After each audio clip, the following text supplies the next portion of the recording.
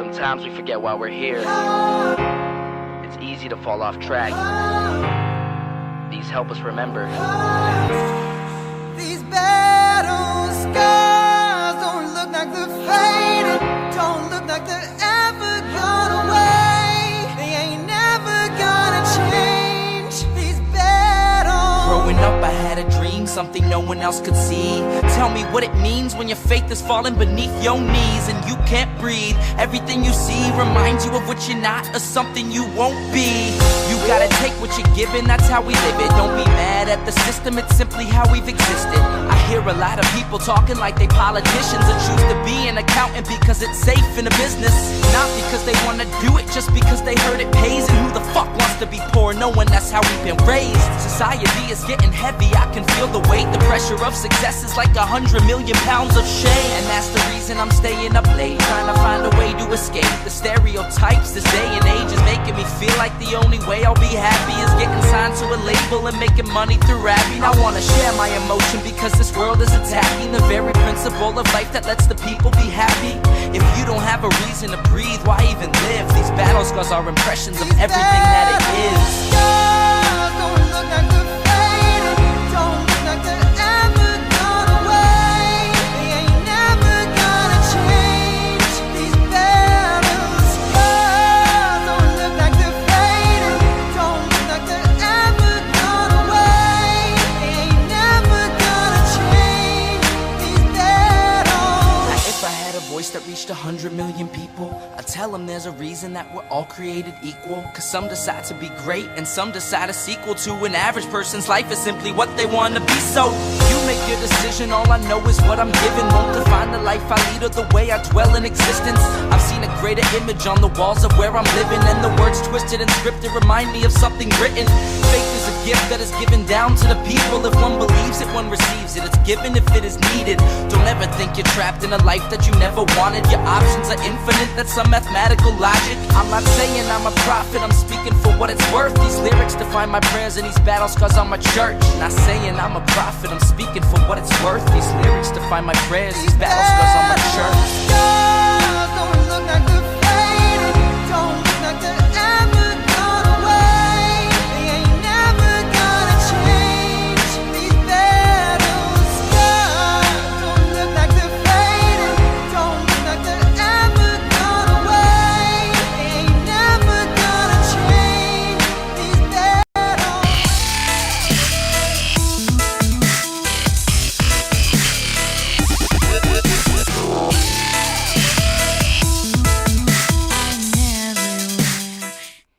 Well, hello everyone. How are you doing? I see there are already comments were starting before the show started, so unfortunately they're not on the screen, but I'm glad there's some other LP history fanatics in the office. Oh my God, I'm still thinking of work. In the audience. For those of you who are newer to this channel, you don't know that this is why the channel started. Originally, I was just going to do LP history. Then the last LNC went to complete shit, and I started covering the LNC. But I actually started covering it a little bit before then because I felt like we were making history. But then I really started covering the internal inside baseball, and my channel actually grew a lot more with that. It turns out that the people who are hardcore history is a much smaller audience, but I also think you're much more dedicated. So I appreciate you so much. This is my first love. If I wanted to have a huge channel, I would do drama reactions or talk about, all the crap that all the other YouTubers talk about. But no, this is my niche and I love it. So before we get started, remember, this is a really long issue of LP News. And we're kind of doing a page an episode. So we got a lot more to go for September/October. But before we get started, I do need to do the grifting. I know, it gets old.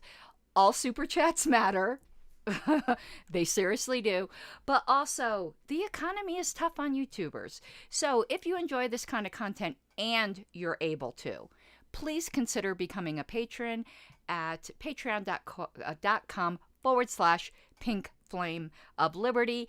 I also do some patron only content, which is going through either philosophical or historical works.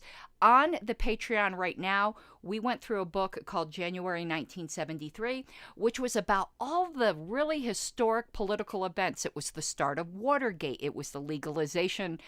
It was Roe versus Wade, which now we've seen another thing of history, but also there was a lot of Vietnam stuff. So that book, we went through it on Patreon. We went through Radicals for Capitalism. We're going through the problem of political authority right now. I'm trying to think the first book we did, because it was before January. Fear and Loathing on the Campaign Trail, 1976. So if you're interested in that sort of stuff, it is all on the Patreon channel. Though after it's been on there for about a year, I do release it out on to YouTube, because I do think this stuff needs to be widely shared, but you guys get it for about a year before everyone else does. I just released one of the book series. It might have been actually the Radicals for Capitalism one. I can't remember which one I just stuck on YouTube. But I'll be putting out Fear and Loathing on the Campaign Trail soon. But we're going through the problem of political authority right now, and I have to say, I think this might be my favorite book. Or it's close to the top. Another one that's close to the top is Anarchy, State, and Utopia by Robert Nozick, which I might read that again through the channel, because I got so much out of that book. That book, which is supposed to give you how a minimal state can exist without violating rights, so it's supposed to save people from anarchy, it turned me into an anarchist, because I realized there was a sleight of hand that Robert Nozick did, and I could no longer fool myself anymore. Not to insult any of my minarchist friends, just the tip. I get it. Okay, we're cool. Frenemies of the state, we're cool. Don't get upset. Okay, and also, my town council race. So if you're more inclined to give towards a campaign, Karen, C-A-R-Y-N, for castlerock.com. Tomorrow, I actually have an interview with the Chamber of Commerce. I received today the shipping notification for my door literature. And I'll be door knocking, I believe, starting this weekend. I've already raised about $420 for my campaign. I really need to hit, and I probably won't, because it's very local. It's not as easy to raise for as a federal campaign or even an LNC office campaign. I really need to raise around the $5,000 mark so that I can get mailers out to every voter in my district. But any amount I raise will be spent, even if I just send out a smaller amount of mailers, even if I just send out mailers to the Libertarians to get them to go to the polls. My door knocking strategy is that I'm going to talk to Libertarians first and at least try to get them to put some yard signs. So the money I've raised already has paid for yard signs and door literature. The interview will not be posted. It's not recorded. It's an in-person interview before the Chamber of Commerce. I am, though, doing a candidate, and hello, JJ. I am doing a candidate forum at Arapahoe Community College next Tuesday, and I expect that will be filmed. And if so, I'll stick it on my channel. If it is, and I'm allowed to, or at least I'll give a link to it. But enough of that. I'm trying to think if there's anything else I needed to cover in the preliminaries before we get right into history. If you like history, though, I keep forgetting to plug this. Become a contributor at lpedia.org. Lpedia is the party-owned, it's owned by us, Wiki. God, I should do the story of Lpedia. I'm going to schedule that. Don't let me forget. I always forget this shit. Let me write that down. A lot of people don't know this.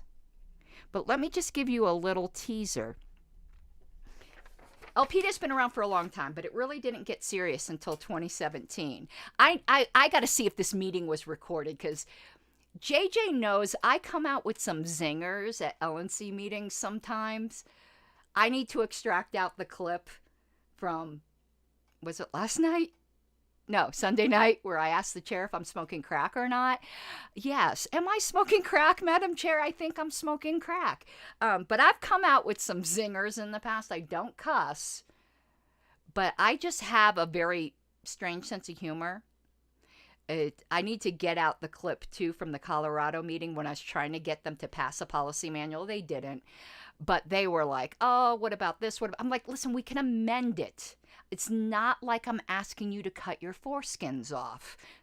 I actually said that because I was thinking of the biblical story of the mound of foreskins that I forgot which tribe, the non-Jewish nation where they were trying to marry into. They wanted to marry Diana was her name. I think her name was Diana. Anyway, but so a teaser on the history of Alpedia. The first motion at a meeting that I ever made on the LNC when I was Region 1 representative was about Alpedia. And that's kind of steered my history in the party, hasn't it? And they didn't want to do anything with it. And I was like, listen, I go, then why don't we just give that domain to some other group that wants to develop it? And then they didn't want to do that. So they didn't want to do anything with it. They didn't want to let someone else do anything with it. And this is what I said at the meeting. You guys are like a guy who's got a girl. He doesn't want to sleep with her, but he doesn't want to let her go so someone else can sleep with her. All right. Now that you got the teaser on the history of Alpedia a little bit, we're going to do a show on that because I think that would be fun. Let's get into it. So, if you remember, we're on this issue. I'm going to put it up on the screen in a minute, but I hate when I put things on the screen because then the comments aren't on the screen. I think I can make the comment thing smaller. That's not what she said. And there's a shirt I saw on Facebook. I got to get it, JJ. It has in quotes, that's what, and then it just says she. I got to get it for Cult of RONR, most definitely. So I'm going to put this up on the screen, but so you can see the cover, and we're going to be on page 2. We already did the first page, and I see I had a little circle here of something I needed to look up, and I forgot, of course. I need to bring that upstairs, so I'll do it. All right, so let's go. I think I have it queued up here. Yes, I do. So I have it queued up. That's what the front page looks like. We are going to page number 2 for this evening. All I gotta say is I love this logo. It's down on the bottom again. That is just so boom, checka, wow, wow, 1970s boogie nights. I just freaking love it. We need the sound effect. Boom, chicka, wow, wow. Isn't it? My God, I love that logo. And that had to be hand designed because that's not a font, at least not a font that I've ever found. If you ever find a font like that, that is so 70s, shoot me a link, but it's got to be free. I don't pay for fonts. Sorry, I don't. You can pirate it for me if you want to. Don't demonetize me, YouTube. That was a joke. I'm not encouraging criminal activity. Really, I'm not. All right. That headline, taking political situation seriously. Okay, it is grammatically correct, but it also seems like it's missing a word, the. Like, doesn't it seem like it should say taking the political situation seriously? I don't know. That headline's just, it's really bothering me. It just seems odd to me. By Ed Crane.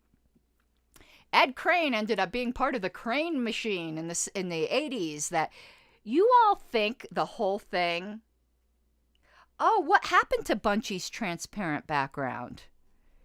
My God, you're right. Let's try to fix Bunchy. It was working the other night. Hold on. Let me see if I can find that file again. Because that definitely... Let's try this again. It's going to show up on the screen really... Oh, I know why. Because this is a different... Okay, we'll fix this right now. Let me get rid of the old Bunchy. The program I use is called Ecamm, and it has things set up in scenes. And each scene, wrong thing. Each scene has its own library of images, and I changed the image on my opening scene. Why can't I grab Bunchy here? Okay, I grabbed him. Now I need to find the corner. Okay. And I didn't change it on this. Come on now. Bunchy, don't run away from me. There we go. You're a good boy. Yes, you're a good boy. Thank you for noticing that, Charles. Much better. Much. Actually, I want Bunchy to be here. There we go. I think I'm going to eventually, in that spot that Bunchy was, I'm going to stick the comment box there. It'll only show one comment at a time, but at least it'll show comments. I don't like not having comments on screen. Okay, so taking political situations seriously. God, this print is tiny. Libertarians back then. Ben Shapiro did a real dumb episode on libertarianism this weekend. And the guy he was interacting with said, libertarians have nothing to say about X. And I'm like, libertarians never have nothing to say.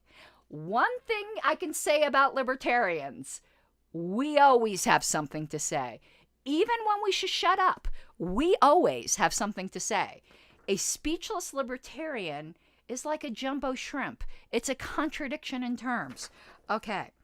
The Libertarian Party is barely 2 years. Oh, I know. God, I am so all over the place tonight. You all thought the Mises divide thing was big, the controversy. Wait till we get to 1980. Now, that's a few years off because I'm going a month at a time. That's 4 years from now. But maybe we'll do a special episode on it. But there was opposition to what was called the Crane Machine, named after Ed Crane, who wrote this article. And the Crane Machine was also a rebellion of the radicals. And I know some of the leftist libertarians in the party today try to say the Mises Caucus aren't radicals. They're not big R radicals, which is the radical caucus. But there's a huge overlap, and they are radicals. I'm a big R radical and a small R radical, and I'm also Mises. But anyway, 1980, maybe this is in 22-year cycles. We'll find out, I guess. The Crane Machine was the regime libertarians of the time. It was the Cato wing of the Libertarian Party. And the radicals rose up in rebellion, and basically the Cato libertarians yeeted themselves from the party. Does this sound familiar? The regime libertarians yeeting themselves? 1980 was very, and the early 80s, tumultuous in the party. What we are going through now is not new. Just if anyone who was around during that time will go, preach it, sister. And then in 2006, Portland Massacre was 2006, the Prags, the regime libertarians took control again. And so we're talking maybe 16-year cycles. How long has it been since 2006? 10? Oh my God. It's 16-year cycles. No, 2006 is 26 years. Never mind. Math is hard. But anyway, this is all very, very cyclical. And a bunch of radicals self-yeeted from the party after the Portland Massacre. And a lot of people bitched about the Portland Massacre. Well, guess what, radicals? You didn't show up. Guess who that convention was predominated by? Reformers, the Prags. They did it. Some people will say not fair and square. It's hard to say. I find a lot of the not fair and square very conspiracy theory.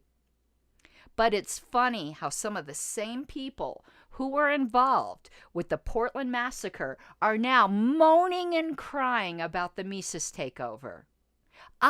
What's sauce for the goose isn't, or sauce for the gander isn't sauce for the goose, or whatever that expression is. What goes around comes around. Whatever. What other can I mix some metaphors? Okay. Just so I do these just historical stream of consciousness. Okay. The Libertarian Party is barely 2 years old, and already our ideas have attracted the serious attention of media commentators, congressmen, business leaders, and the general public. Never in the history of a nation has a political movement with broad geographical support gained the respect or made the intellectual impact that the Libertarian Party has in so short a time. Flush with the hard-won success of this nature, one would expect that members of the party would represent optimism personified. No, they wouldn't. I would never expect that from libertarians. Libertarians are the Eeyores of the political world. We are. I don't know what makes us like that, but we are. Such, unfortunately, is not always the case. To be sure, there is a great sense of accomplishment in what we have done. And the vast majority of us seem determined to carry the bottle onward. What? That word, is that a word I just don't know? Regardless of the apparate odds? Is that a word? I want to look that up. If that's a word, I don't know it. Apparate. Oh my God, that's a word. I've never seen this word, and I've got a good vocabulary. What does it mean?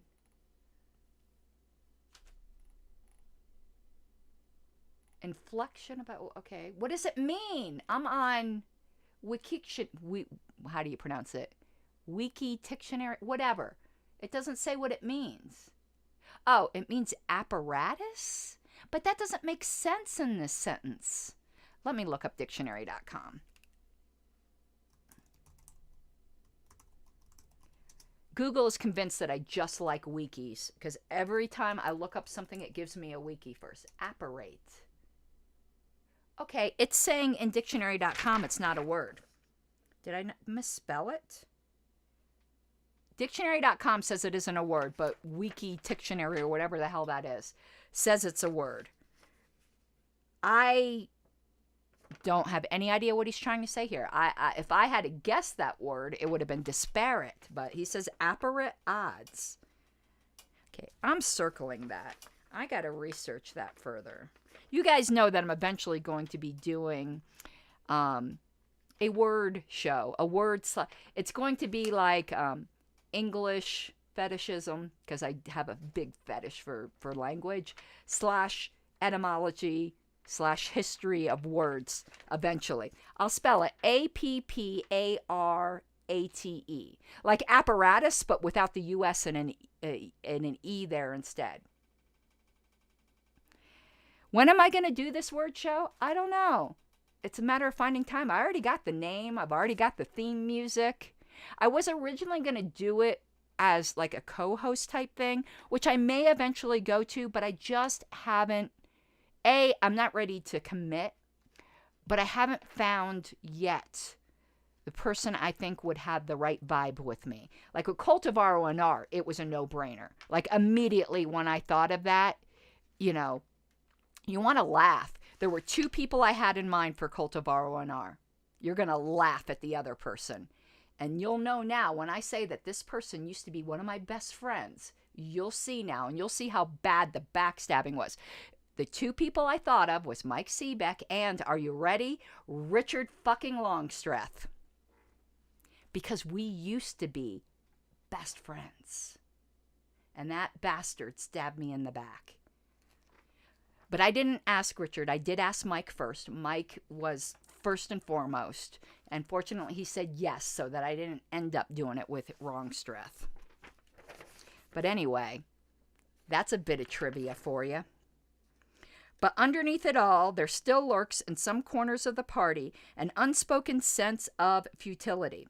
The idea that it's fun to throw rocks at the state, but what the hell, we know we can't ever win. That's not me, though. I'm brimming with optimism. Like, I always have been with the party. I wouldn't put this much into it if I wasn't optimistic. I wouldn't have stayed after what I went through last year if I wasn't optimistic. Well, I think we can. Maybe if it were just a question of throwing rocks, there would never be enough of us to make an impact. One big rock took down Goliath. on the growth of the liberty-stifling bureaucracy. But we have something better in the long run than rocks. We have ideas. If we took the time to look around us, we would find that the idea of individualism and liberty are gaining ground at an accelerating rate. I'm optimistic, but I won't agree with what he said. I actually think liberty is losing ground at an accelerating rate. But sometimes you've got to hit rock bottom to spring back up. I do think at some point, and it might not be in my lifetime, but I'll work to laying the foundation. There's going to be a great leap forward in human political evolution, and I'm convinced libertarianism is it.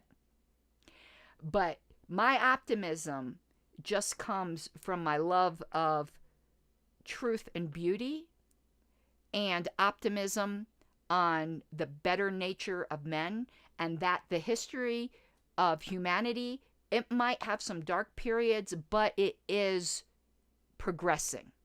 If you look at the line rather than the dips and the valleys, it is progressing, and that it is inevitable. Well, I'm going to say something really dark. We're either going to take the next political step of evolution forward, or we're going to destroy ourselves. And if we destroy ourselves, we won't know, so we'll be done. Or we're going to take the next step forward. I'm determined to do what I can that we don't destroy ourselves, but that's kind of my view of the future. So, there you go. I know that took a little bit of a dark turn there, but I actually view that optimistically, because when that's your other option, all your efforts are worth it. Because I want humanity to be around. I have a love for humanity. Okay. Saz, Brandon, and Bregan in psychology. We talked about Saz before. He's the guy, I think, who wrote all those papers against involuntary commitment. Rothbard and Kirchner and Hayek in economics, Nozick, Rand and Hospers in philosophy, and Segan in land use and urban planning. Have you ever heard of him? I would love to read something on land use and urban planning. I could really use some good, solid libertarian arguments in my campaign, because urban planning, well, we're suburban, but you know what I'm saying. Town planning is such a huge issue here. Okay. Name a topic and you will find a libertarian making waves and being listened to. The timing for a libertarian political movement could not be better. Whether we recognize this or not, other observers of the political scene do. Larry O'Brien, former chairman of the DNC, was recently quoted as saying the ultimate result of Watergate would be the emergence of a viable third party in the United States. That, would have been true, but a lot of people don't know. Campaign funding and finance laws changed greatly, and I think it was in the 70s, and it screwed us. Go figure, the duopoly cheats. Nationally syndicated columnist Kevin Phillips reported the results of a poll he undertook in late September, which showed that 55% of those sampled wanted a new political party. That probably remains true today, but they don't act that way when they go to the voting booth, do they? And then there's the President of the United States, Jerry Ford. A catastrophic defeat for the Republican Party could write the obituary of the GOP, he moaned in early October. Didn't happen. All of this, of course, then you ended up into the Reagan years, which was a revitalization of the GOP. All this, of course, is in addition to national polls, which show that percentage registration in the two major parties is at an all-time low. So the political environment is ideal.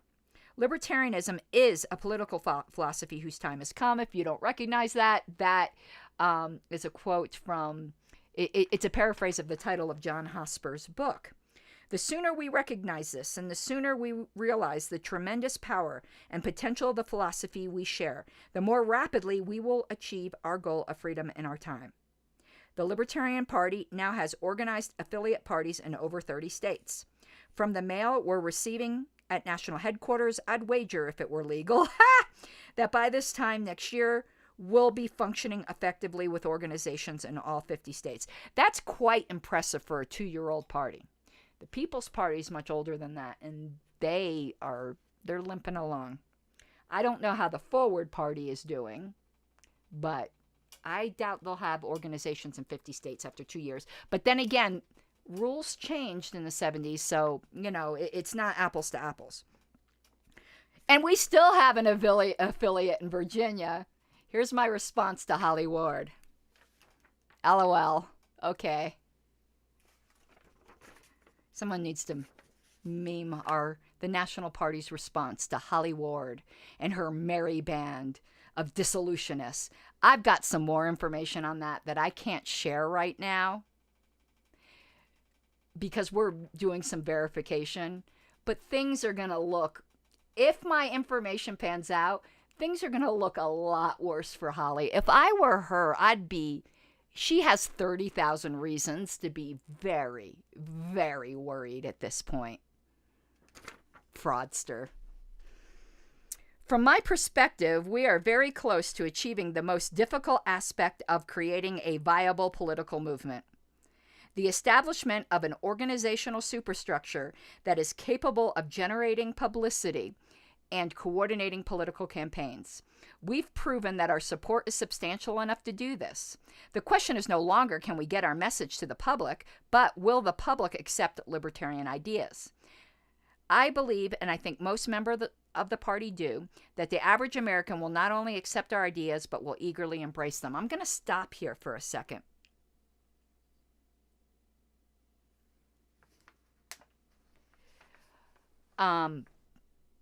I don't believe that. And I never have. And this is probably going to shock people. This is why I like talking about, though I have my doubts it could happen peacefully. And if it couldn't happen peacefully, yeah, I'm not on board. But the idea of a national divorce. We are too big to have a united political philosophy.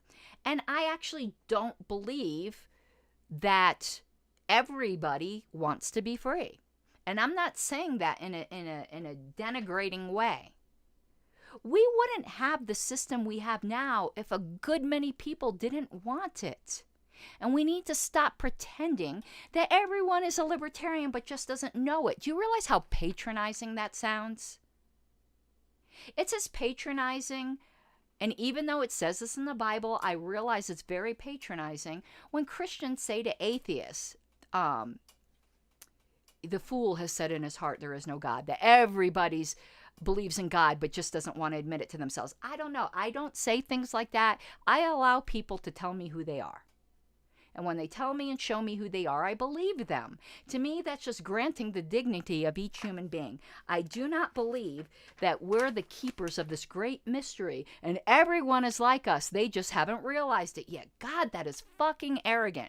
Now, I do believe there are people out there who haven't yet put it all together. But I also think there are people out there who like not being completely free, because they would prefer to exchange what they feel as security for some freedom. It's worth it to them. And if we believe in their free will and their autonomy and their human dignity, we should allow them to have that for them. What we need to object to is them imposing it upon us who do feel this way. But let's not live under the illusion that everyone would just agree with us if they just hear the right argument. Plenty of people understand libertarianism perfectly well and reject it. I know that's not popular to say, but you'll never ever hear me parroting that patronizing ass line that everyone's a libertarian and just doesn't know it. I would suggest that slogan should die in a fire, crying for its mama and asking who its daddy is. After all, we are offering people liberty and prosperity, something no political movement has done since shortly after the first libertarian revolution 200 years ago. We can succeed, and we must recognize that we can. For if we don't take ourselves seriously, we can't expect others to. I do think we can succeed, but I don't think we're going to succeed by converting everyone in this country. I think we're going to succeed by letting everyone get what they want.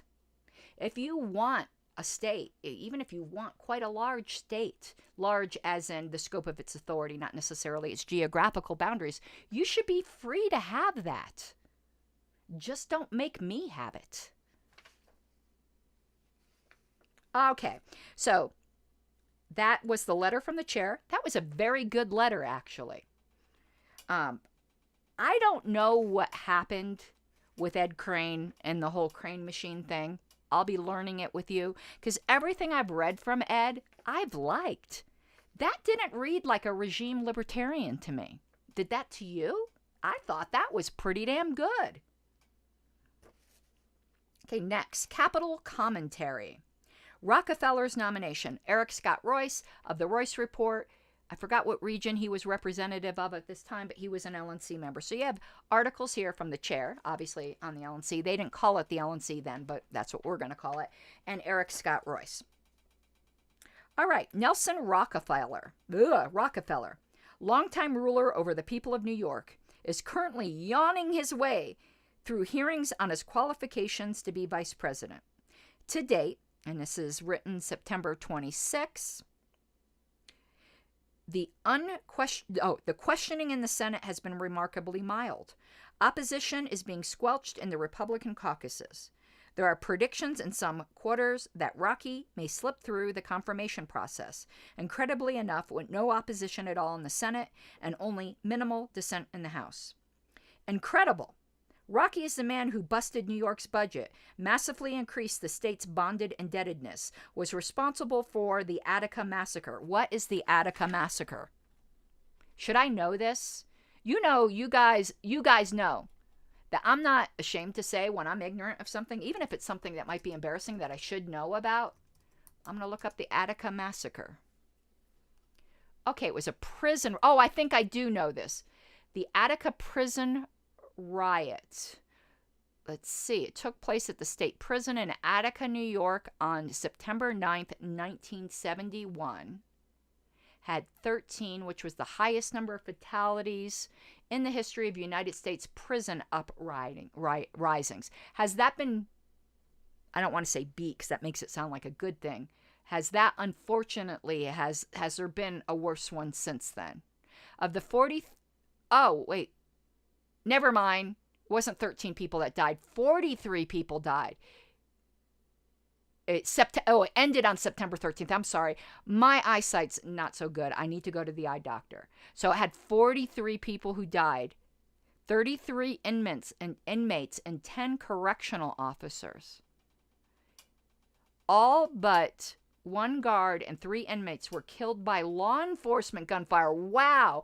They were killed by quote unquote friendly fire. 9 guards were killed by friendly fire. They revolted to seek better living conditions and political rights, claiming they were treated as beasts. Wow. I might need to look into that some more. Learned something today. I had heard of that, but I didn't know that much. I didn't know 43 people died. Holy crap. Okay. See, we learn a lot here. Named through a repressive drug control law. Rammed through a repressive drug control law. He's the guy who regularly ditched his own party's presidential candidates. He is one of the worst internationalists in the country today, and he is the man whose family dominates the power elite. Republican conservatives on the Hill are gritting their teeth and grumping in private. I like that. A few, Senator Helms, North Carolina, and Scott, Virginia, Representatives Holt, this is a weird sentence, whatever, Ashbrook, and Sims. Sims, he ended up turning into just a hardcore conservative, but if you remember, Steve Sims was an apple farmer from Idaho who identified as a libertarian when he was elected. I count him as our first federal candidate elected. There wasn't a libertarian party in his state. He didn't have the option to be a big L libertarian, but he identified as a libertarian. And when he was elected, he was an anarcho-capitalist. So a lot of people don't know that. Now, he eventually, turned into an apostate. But Steve Sims of Idaho, I count as our first victory. A lot of people don't know that. And they keep saying we've never won a federal race. I believe we have. So I don't think Justin Amash was the first, federal legislator, and he was a convert. I think Steve Sims was. SYMMS. Okay. As have a few New York Democrats and Senator, I'm never going to pronounce that.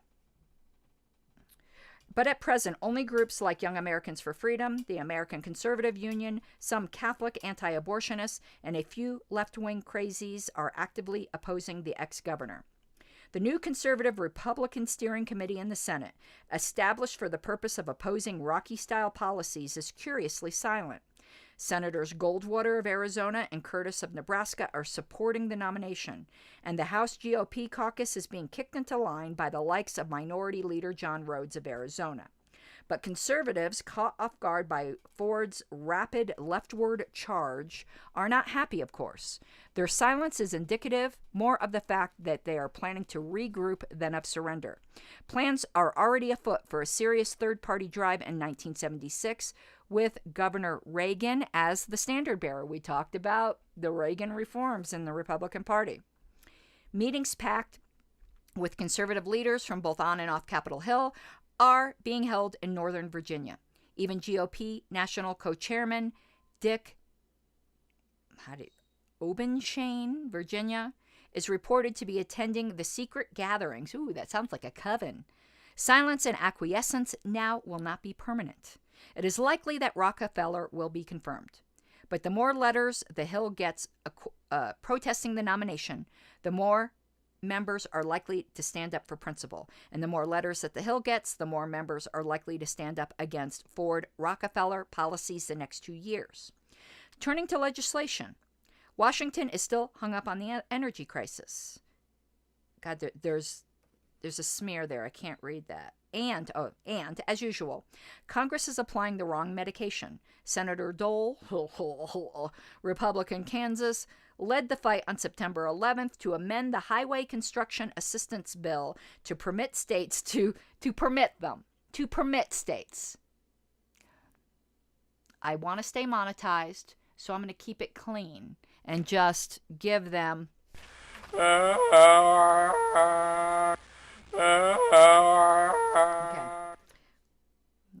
Got to find that again. To permit states to increase their speed limits from 55 to 60 miles per hour. The amendment failed. God, screw them. 22 to 63.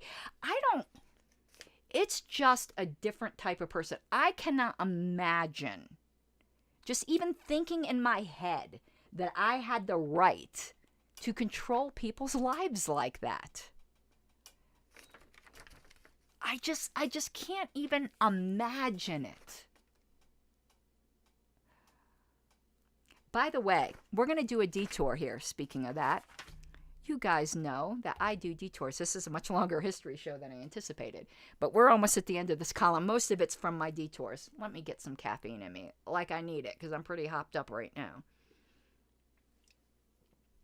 So, in Castle Rock, this is about my campaign. We're a very affluent community here. I'm in the lower end of the economic bracket here. Like the Castle Rock hood is like nice, okay? But anyway, so the voters here generally have a good deal of money, but there's a minority that doesn't, that is struggling.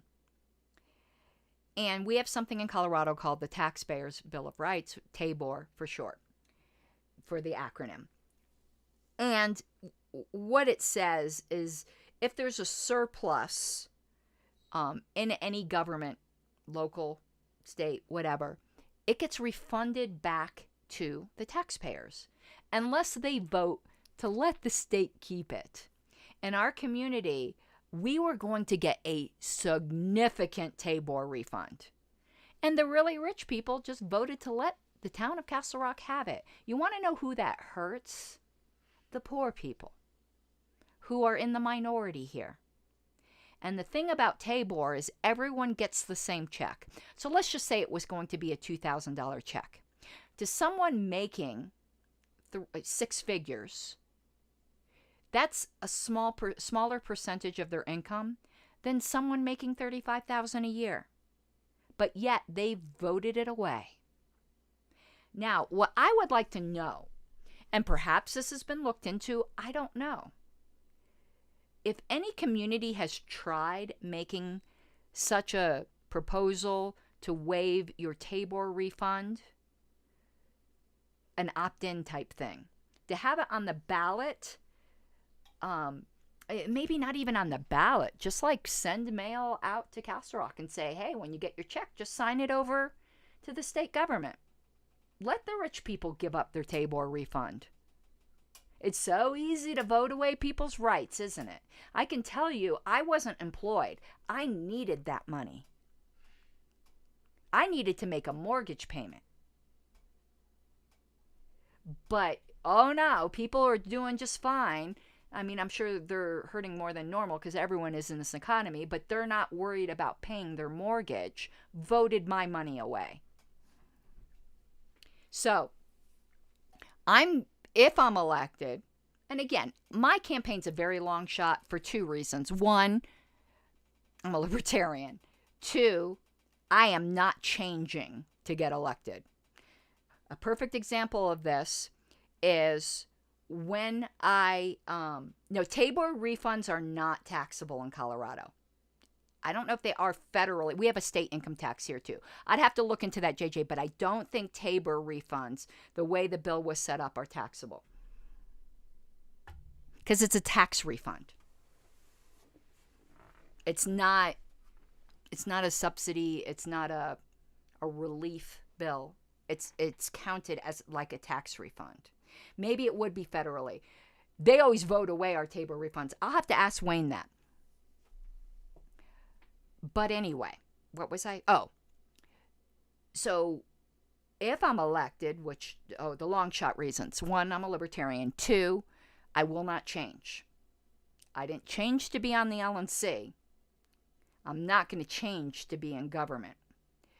And the perfect example is when I was going out to get signatures to get on the ballot, I was wearing, it was a light-hearted shirt, but it had print on it because you all know I love my printed t-shirts. And it said, I think it was the one that said, you don't even know, or something like that. Or it was the I eat glitter for breakfast. It was one of those two. Light-hearted fun. And Wayne says to me, you should change into a t-shirt with no print on it. And I go, no. If I can't be me, this isn't going to work. I'm going to be me. And I'll show you all. Oh, I should put it on the screen. I want to show you guys. I hope you don't mind these diversions. But campaigns are history. They're just history in the making. I want to show you my door lit. I don't have it printed yet, but I have the files that I sent to the printer, and I'd like to show those to you. I hope you want to see them. But if you don't, you're going to see them anyway. Where is it? Castle Rock campaign. Okay, let me share my screen first here. And first we need to go back here. I need to turn comments off. And let me share my screen. You're going to see a folder first. It's all my campaign crap. Okay, so let me now scroll through here and find the door literature. Okay, so this is the first part. And yep, I'm there with all my pink-haired glory. So, the Liberty candidate, tired of rising taxes and expanding government. But look what I put in the bottom. Curious about the pink hair? Ask her. I'm going to lean into it. I'm leaning into the pink hair. It's not like I can hide it. And the back is just this. So, I just thought you all might find that interesting. And these are my yard signs are pretty simple. And yeah, I'm studying the budget. Okay, so let's now go back. But I just wanted to show you how I was leaning into the pink hair because you got to own it, baby. And I actually have a very good reason for having pink hair. A lot of people have heard the story, but some people haven't. We'll get into that sometime. Mama's not stupid. I have the pink hair for a reason besides liking pink. Oh, and by the way, if y'all haven't noticed, I put back up my little cherub there. He hasn't been on the wall for a while. Okay, let's go back to LP News. Oh, but to finish what I was saying, so if I'm elected, if I beat the odds and I'm elected, guess what you get to do? You get to utilize the services of the town attorney to research things for you. And one of my priorities will be trying to find out if we can offer an opt-in issue. So all the people who can afford to give up their Tabor refunds can do so. And the people who are worried about making their rent or their mortgage or paying for gas to get to work get to keep it. Okay. Where was I at? Okay, supporters of the move to raise the ridiculously low federally imposed speed limit deserve commendation. Most of the opposition, of course, focused on the "we know it's safe for you" and the "save gas" arguments. Congress is continually screaming about high oil prices, but has effectively voted to boost them. The Senate has joined the House in approving H.R. 8193, which requires a certain percentage of U.S. oil imports to be carried on U.S. flag vessels. The subsidy will bolster our increasingly inefficient maritime industry, but it will also raise costs of oil shipped. The legislation passed 4228 on September 5th after strenuous union and other lobbying. Ugh. To help ease passage, maritime trade unions poured some $333,000 into campaigns of congressional supporters. On the bright side, most Senate conservatives have stood loyally by a filibuster against the bill to create a consumer protection agency. Now we know when that came into being. The alphabet soup is increasing. Already passed by the House, the legislation would authorize a massive new bureaucracy to meddle in business. And as of this date, the article is submitted. God, I could hardly read this. A conference report is ready for final approval to repeal no-knock raids. That's smeared. I can't read it. It says something, detention and wiretapping. Finally, both houses of Congress have approved legislation to abandon mandatory airbag and seatbelt systems. Leaders in that fight were, that seatbelt law is now in effect. I don't know what happened. Senator Buckley and Representative Lou Wyman. Wyman is currently a candidate for Senate. Other news is less cheerful. Thanks to Jerry Ford, the House revived its federal mass transit subsidy bill, passing it 324 to 92. A key amendment to delete operating subsidies from the bill failed, 197 to 202. At least that was close. After Ford neutrality encouraged enough GOP defections to save the bill. Did the president say he was for economy and government and against inflation? Also, thanks to Ford, Congress has taken a giant step backwards toward wage price controls. The bill to create a council on wage price stability, that sounds so like Ayn Rand, Atlas Shrugged, like the anti-dog-eat-dog bill. TUI is resurrected. The fearless three were Buckley, McClure, and Weichler. During the debate, Senator Javits attempted to give the expansive new bureaucracy authority to stay for up to 60 days any wage or price increase it determined to be inflationary. Fortunately, the amendment was tabled. The House passed the bill on August 20th. I wonder if tabled is right. That doesn't sound right there. Well, anyway, got all parliamentarily distracted. The opposition was almost equally split between liberal Democrats and conservative Republicans. In the area of foreign policy, the House has voted to cut off military aid to Turkey after that nation's invasion of Cyprus. The vote came September 24th following rejection of an amendment by Gross to kill assistance to Greece as well. Oh, it says turn to page 6, so we are going to be... Where is page 6? So let me see. Okay. Yeah, so we've got a little bit more. Table is correct. Oh, JJ, don't let me forget. That article you wrote on orders of the day was fantastic. I loved it. I want to cover that in Cult of R.O.N.R. because you brought up like such a really good point there about why would you do the set-aside orders of the day when you can accomplish the same thing with a majority vote. That was fantastic, and don't let me forget, because I already like filed that issue of National Parliamentarian, but I don't want to forget that I want to cover that article with Mike, because we're not doing a Cult of R.O.N.R. probably until after mail-in ballots go out towards the end of October here, because I'm going to be campaigning every weekend until then. Okay.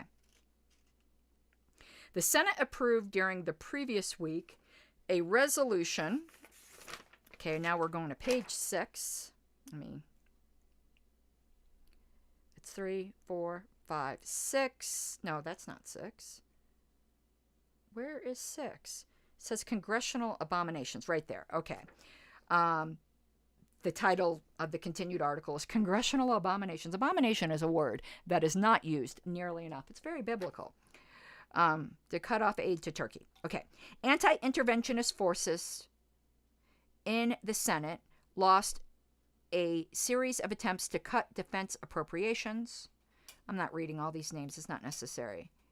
There was a move to slice roughly $1 billion of the $82 billion total from the bill failed.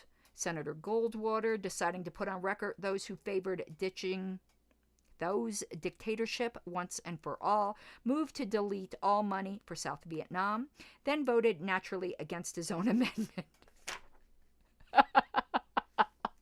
I like naturally in parentheses. Incredibly, only 21 members supported the amendment while 71 opposed it. 4 of the 21 were Republicans. The House rubber-stamped a bill to continue the Export-Import Bank after rejecting an amendment to require congressional approval of transactions with communist countries.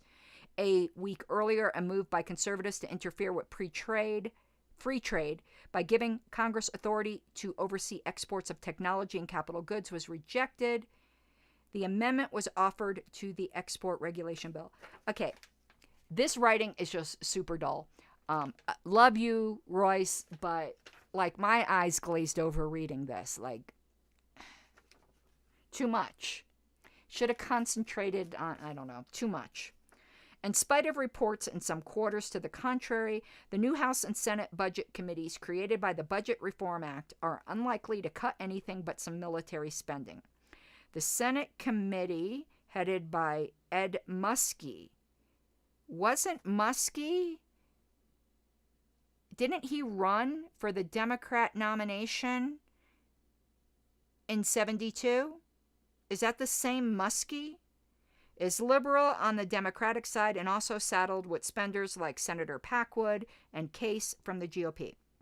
Oregon Democrat Al Uliman chairs the House group.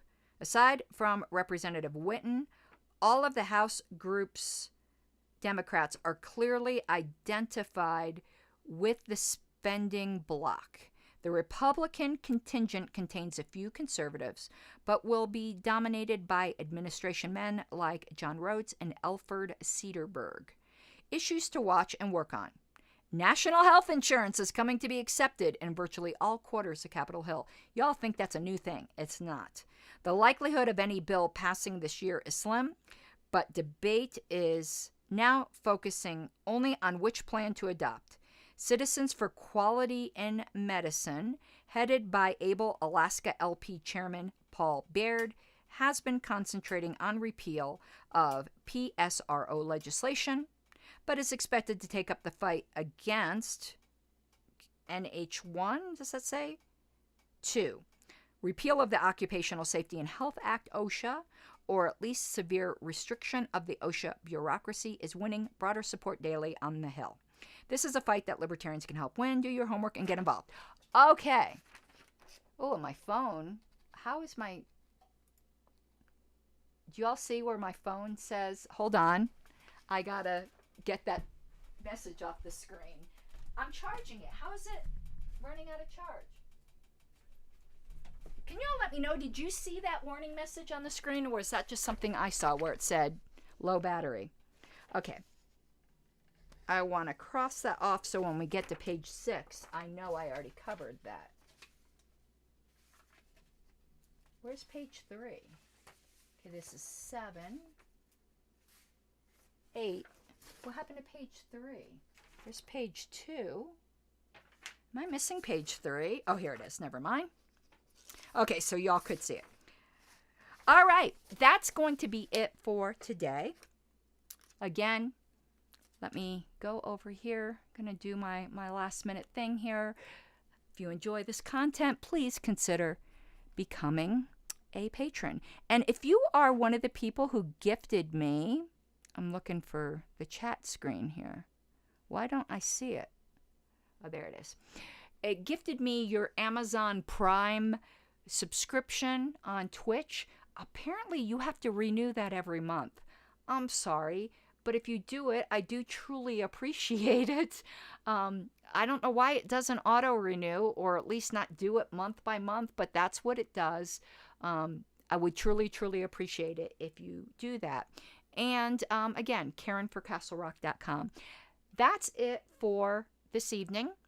Let me try to think of what I'm doing for the rest of this week. I do want to address that Ben Shapiro thing, but I think I'm going to try to bust out more history because we didn't do any last week because of everything going on with the LP. So coming up next on history will be page 3, but let's just take a little look ahead.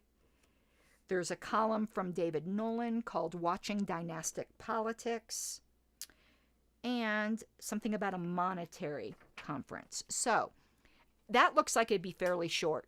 I'll probably ramble, and it won't be, but maybe it will be. Tomorrow I have another meeting.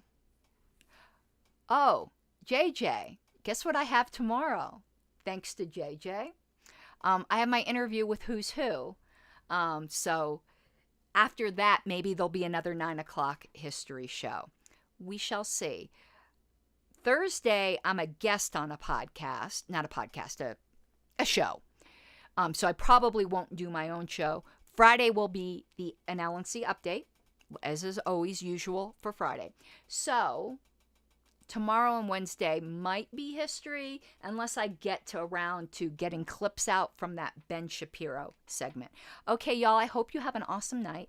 I need to go do some LNC work, some LPDA work. I got a lot to do, and I want to get to bed early tonight so that I'm bright-eyed and bushy-tailed for my interview tomorrow. Okay, I hope you have a good night, and I will see you then. Bye-bye.